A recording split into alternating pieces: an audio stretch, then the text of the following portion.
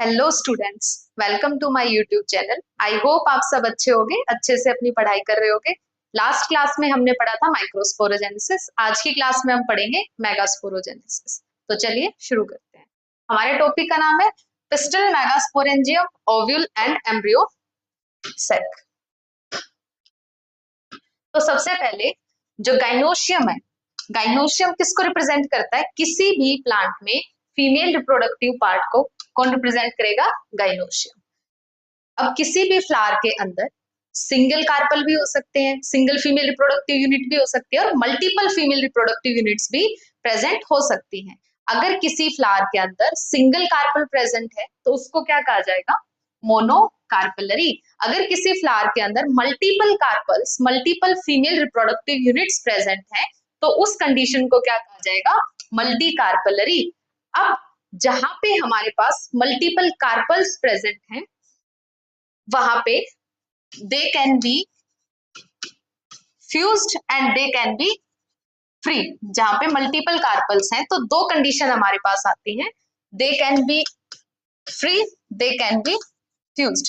कि जो कार्पल्स हैं वो आपस में फ्यूज्ड भी हो सकती हैं और वो फ्रीली भी प्रेजेंट हो सकती हैं। अब कार्पल जो फीमेल रिप्रोडक्टिव स्ट्रक्चर होता है किसी भी प्लांट का, उसको हम तीन सब पार्ट्स में डिवाइडेड करते हैं। सबसे फर्स्ट पार्ट होता है इसका स्टिग्मा। सेकेंड पार्ट एक लॉन्ग ट्यूब लाइक स्ट्रक्चर जिसको कहा जाता है स्टाइल। और थर्ड पार्ट इसका आ जाएगा ओवरी। जो बेसल पार्ट है स्वॉलन है, ओवल शेप का होता है। स्टिग्मा क्या करता है? स्टिग्मा पोलन ग्रेन्स को रिसीव करता है। स्टाइल पोलन ट्यूब की एंट्री के लिए स्पेस प्रोवाइड करता है। और ओवरी के अंदर क्या प्रेजेंट होते हैं? ओव्यूल्स। और ओव्यूल्स क्या कैरी करते हैं? Egg cell. अब हमने बताया कि किसी भी पिस्टिल के तीन पार्ट होते हैं, स्टिग्मा, स्टाइल और ओवरी। स्टिग्मा सबसे टॉप मोस्ट पार्ट होता है जो क्या करता है? पोलन ग्रेन को रिसीव करेगा। Style long cylindrical tube like structure होता है जो पोलन ट्यूब की जर्मिनेशन में हेल्प करेगा। ओवरी बेसल स्वॉलन पार्ट होता है जिसके अंदर क्या प्रेजेंट होते हैं? फीमेल गैमेटोफाइट और ओव्यूल्स प्रेजेंट होते हैं। अब ओवरी के अंदर एक खाली स्पेस, जो ये कैविटी प्रेजेंट है ओवरी के अंदर, इस कैविटी को क्या कहा जाता है? ओवेरियन कैविटी या लोक्यूल। तो ओवरी के अंदर जो स्पेस प्रेजेंट है इस स्पेस को क्या कहेंगे? ओवेरियन कैविटी या लोक्यूल। जहां पे क्या प्रेजेंट होते हैं? ओव्यूल्स प्रेजेंट होते हैं। और इसमें क्या प्रेजेंट होएगा? प्लेसेंटा। प्लेसेंटा एक टिश्यू है जो ओव्यूल्स को ओवरी से कनेक्ट करता है। तो ओवरी के अंदर क्या है? लोक्यूल या ओवेरियन कैविटी। ओवेरियन कैविटी में क्या प्रेजेंट है? ओव्यूल्स प्रेजेंट है। और ओव्यूल्स को ओवरी से कनेक्ट कौन करेगा? प्लेसेंटा। अब किसी भी ओवरी के अंदर जो नंबर ऑफ ओव्यूल्स हैं वो वेरी कर सकते हैं। किसी में सिंगल ओव्यूल भी प्रेजेंट हो सकता है, जैसे वीट है, राइस है, मैंगो है, इसमें सिंगल ओव्यूल प्रेजेंट होते हैं। मल्टीपल ओव्यूल्स भी प्रेजेंट हो सकते हैं। मैनी ओव्यूल्स भी। सिंगल ओव्यूल में क्या आ जाएगा? Wheat, mango, paddy. Ovules many, बहुत सारे ओव्यूल्स भी हो सकते हैं ओवरी के अंदर। इसमें क्या एग्जांपल आ जाएगा? Watermelon, oranges. अब नेक्स्ट है मेगास्पोरेंजियम। मेगास्पोरेंजियम या ओव्यूल।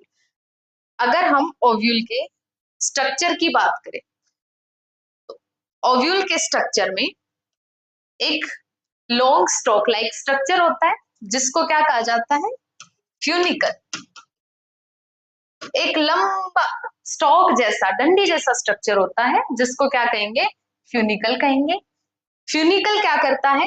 ओव्यूल को ओवरी के अंदर अटैच कराएगा। ये क्या फंक्शन हो गया फ्यूनिकल का। फ्यूनिकल के बाद इसका जो सेकंड पार्ट है दैट इज हाइलम।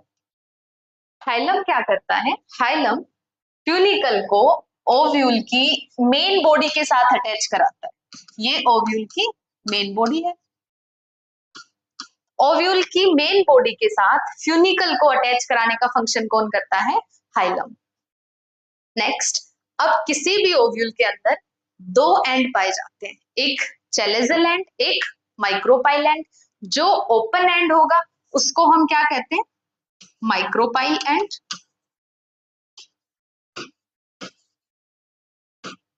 और उसके अपोजिट वाले एंड को क्या कहा जाता है? Chalazal and.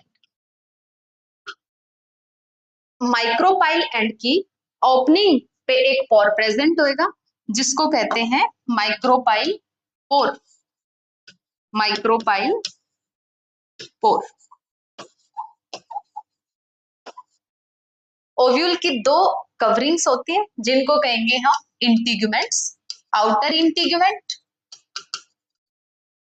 And inner integument. And inner integument.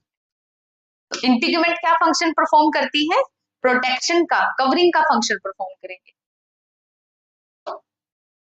अब ओव्यूल के अंदर एक डिप्लॉयड टिश्यू प्रेजेंट होता है जिसको क्या कहा जाएगा? न्यूसिलस। ओव्यूल के अंदर क्या प्रेजेंट होता है? Nucellus tissue. तो ओव्यूल के स्ट्रक्चर में हमने क्या देखा कि एक लॉन्ग स्टॉक प्रेजेंट होती है जिसको हम कहते हैं फ्यूनिकल। उसके बाद नेक्स्ट पार्ट होता है हाइलम। हाइलम फ्यूनिकल को ओव्यूल की मेन बॉडी के साथ अटैच कराता है। ओव्यूल की दो आउटर कवरिंग होती है, outer integument and inner integument. They basically perform the function of covering और प्रोटेक्शन। उसके बाद इसके अंदर क्या प्रेजेंट होता है? न्यूसिलस टिश्यू, और each cell of nucellus tissue is diploid in nature. एक माइक्रोपाइल एंड हो जाएगा और opposite to micropyle end chalazal end present होता है। माइक्रोपाइल एंड पे एक छोटी सी ओपनिंग प्रेजेंट होगी जिसको क्या कहा जाता है? माइक्रोपाइल पोर कहा जाता है। अब ओव्यूल्स कई टाइप के होते हैं। Ovules are of many type, जैसे कि एनाट्रोपस, एम्फिट्रोपस, हेमिट्रोपस, सिरसाइनोट्रोपस। तो कई टाइप के ओव्यूल्स होते हैं on the basis of their position और लोकेशन। ओवरी के अंदर उनकी लोकेशन कैसे है, पोजीशन किस तरीके से वो अरेंज है, तो उस बेस पर कई टाइप के ओव्यूल्स होते हैं। लेकिन हम जो ओव्यूल का स्ट्रक्चर स्टडी करते हैं वो एनाट्रोपस ओव्यूल होता है। ठीक है, जो मैक्सिमम नंबर ऑफ एंजियोस्पर्म्स में पाया जाता है वो एनाट्रोपस ओव्यूल होता है। Next, hilum. अभी पीछे पढ़ा था हमने, हाइलम क्या है? जंक्शन किसके बीच में? फ्यूनिकल और ओव्यूल की मेन बॉडी के बीच में जो जंक्शन प्रेजेंट होता है उसको क्या कहा जाता है? हाइलम। तो हाइलम फ्यूनिकल और ओव्यूल की मेन बॉडी के बीच में जंक्शन है। ओव्यूल के पास एक या दो प्रोटेक्टिव एनवेलप होते हैं जिसको क्या कहते हैं हम? इंटीग्यूमेंट, आउटर इंटीग्यूमेंट और इनर इंटीग्यूमेंट। इंटीग्यूमेंट कवर करती है ओव्यूल को accept at the micropyle and.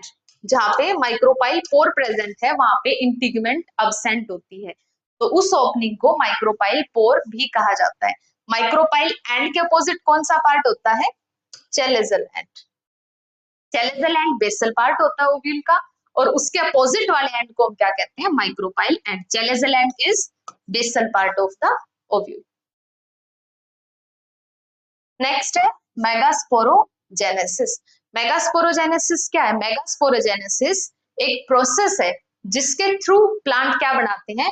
Megaspore बनाते हैं। फीमेल गैमेटोफाइट बनाएंगे, मेगास्पोर बनाएंगे।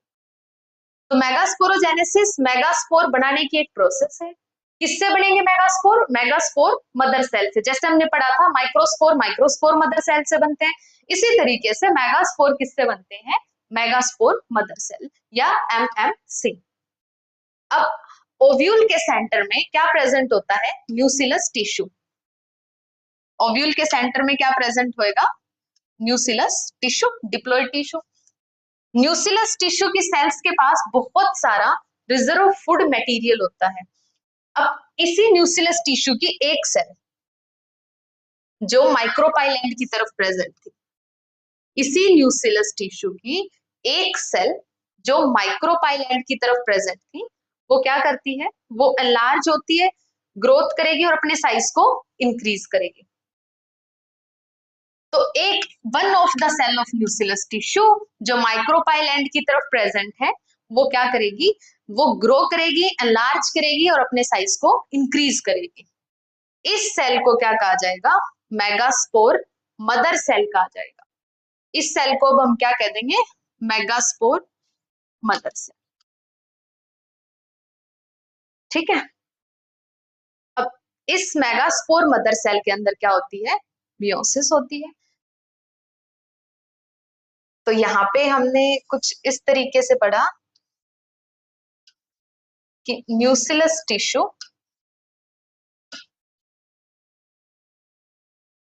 यहाँ पे न्यूसिलस टिश्यू प्रेजेंट है। अब इसी न्यूसिलस टिश्यू की एक सेल जो माइक्रोपाइलैंड की तरफ थी, वो एनलार्ज हो जाएगी। अब इस सेल को क्या कहा जाएगा, megaspore mother cell. Megaspore mother cell. अब मेगास्पोर मदर सेल में क्या होगी, मियोसिस, और मियोसिस से क्या बन जाएंगे, इसमें 4 हैप्लॉइड मेगास्पोर्स। क्या बनेंगे, 4 हैप्लॉइड मेगास्पोर्स। ठीक है। अब 4 मेगास्पोर बने हैं। Out of these 4 megaspore 3 get degenerate. 4 megaspore बने हैं हैप्लॉइड मेगास्पोर मदर सेल से। अब इस 4 मेगास्पोर में से 3 मेगास्पोर क्या हो जाते हैं, डीजेनरेट, और ओनली 1 रिमेन फंक्शनल। सिर्फ एक मेगास्पोर क्या रह जाता है, फंक्शनल।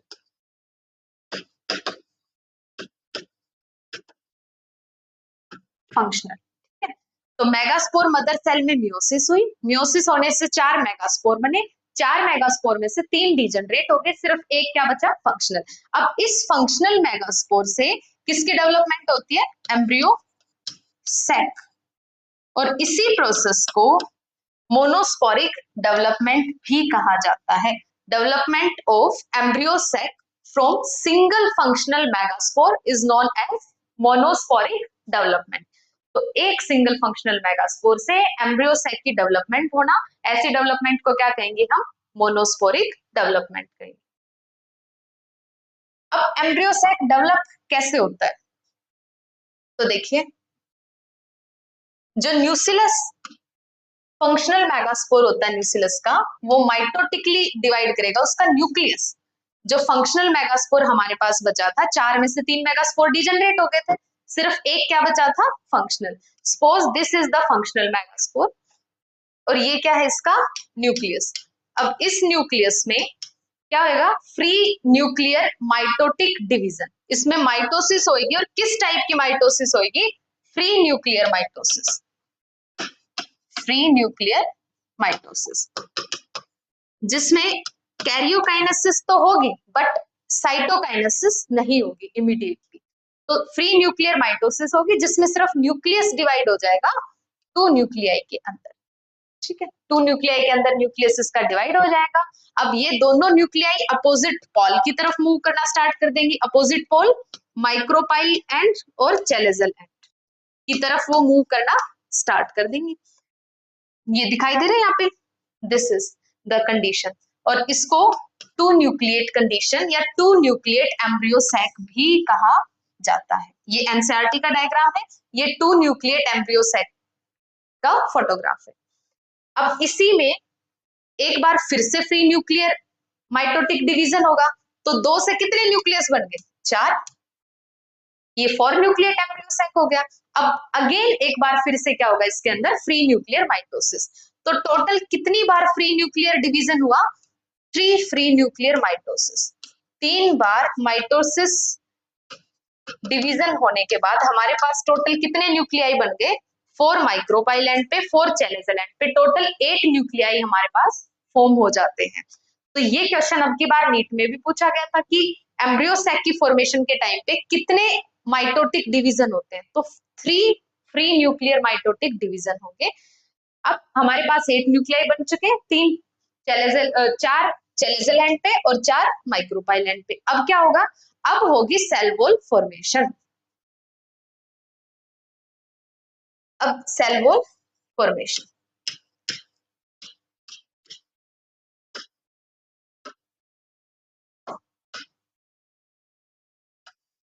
अब चैलेजल एंड की तरफ, अब चैलेजल एंड पे जो 3 न्यूक्लियाई थे, जब उनके बाहर सेल वॉल बन जाएगी तो इनको क्या कहा जाएगा, एंटीपोडल्स। माइक्रोपाइल एंड पे कॉर्नर वाली 2 सेल्स को कहेंगे साइनरगिड्स, और सेंटर वाली सेल को क्या कहा जाएगा, एग सेल। और साइनरगिड्स के अंदर फिंगर लाइक स्ट्रक्चर प्रेजेंट होते हैं जिसको हम क्या कहते हैं, फिलीफोम अपरेटस। और बेटा इस फिलीफोम अपरेटस का क्या फंक्शन होता है कि जब भी पोलन ट्यूब आएगी ओवरी के अंदर, तो ये उस पोलन ट्यूब को गाइडेंस प्रोवाइड करेंगे कि किस तरफ उसको जाना है। तो filiform apparatus provide guidance to the incoming pollen tube. अब सेंटर वाली जो सेल है उसको क्या कहा जाएगा, सेंट्रल सेल। जो बीच वाले 2 पोलर न्यूक्लियाई थे वो किसके अंदर प्रेजेंट होते हैं, सेंट्रल सेल। तो 3 एंटीपोडल्स आगे हमारे पास चैलेजल एंड पे, 2 साइनरगिड्स, 1 एग सेल, और एक बीच वाली सेल कौन सी होगी, सेंट्रल सेल। और इस सेल को हम, इस कंडीशन को हम क्या कहते हैं, 7 सेल 8 न्यूक्लिएट कंडीशन भी कहा जाता है। न्यूक्लियस कितने अपने पास टोटल, 8, ठीक है, और सेल कितनी है, 7। तो इसको 7 सेल 8 न्यूक्लिएट कंडीशन भी कहते हैं। 7 सेल कौन सी है, 3 एंटीपोडल्स, एक सेंट्रल सेल, 2 साइनरगिड और एक एग सेल। लेकिन न्यूक्लियस कितने हमारे पास, 8 है टोटल, 3 एंटीपोडल्स के, 2 साइनरगिड के, एक एग सेल का, और 2 न्यूक्लियस हमारे पास सेंट्रल सेल में प्रेजेंट है। तो 7 सेल 8 न्यूक्लिएट कंडीशन। यहाँ से बोर्ड में क्वेश्चन आता है, कई बार पूछा गया है कि explain 7 cell 8 nucleate condition in embryo cell. अब दोबारा फिर से सिक्वेंशियल माइटोटिक न्यूक्लियर डिवीजन होगी जो हम पीछे पढ़ चुके हैं, जिसकी वजह से टोटल 8 न्यूक्लिएट स्टेज आ जाएगी। 8 न्यूक्लिएट स्टेज, उसके बाद क्या होगा, उसके बाद सेल वॉल की फॉर्मेशन होगी। सेल वॉल फॉर्मेशन के बाद हमारे पास कौन सी कंडीशन आएगी, 7 सेल 8 न्यूक्लिएट, और किसकी फॉर्मेशन हो जाएगी हमारे पास, एक फंक्शनल टिपिकल एम्ब्रियो सैक और फीमेल गैमेटोफाइट की।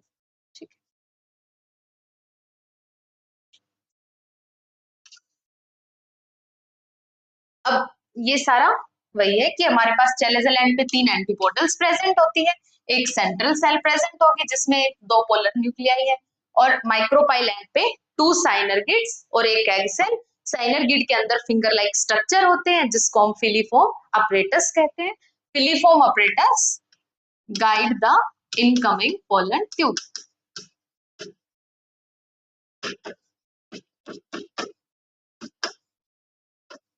ये अगेन आपके एनसीईआरटी का डायग्राम है। तो यहाँ पे हमारा कंप्लीट होता है मेगास्पोरोजेनेसिस। नेक्स्ट क्लास में हम करेंगे पॉलिनेशन। तब तक पढ़ते रहिए।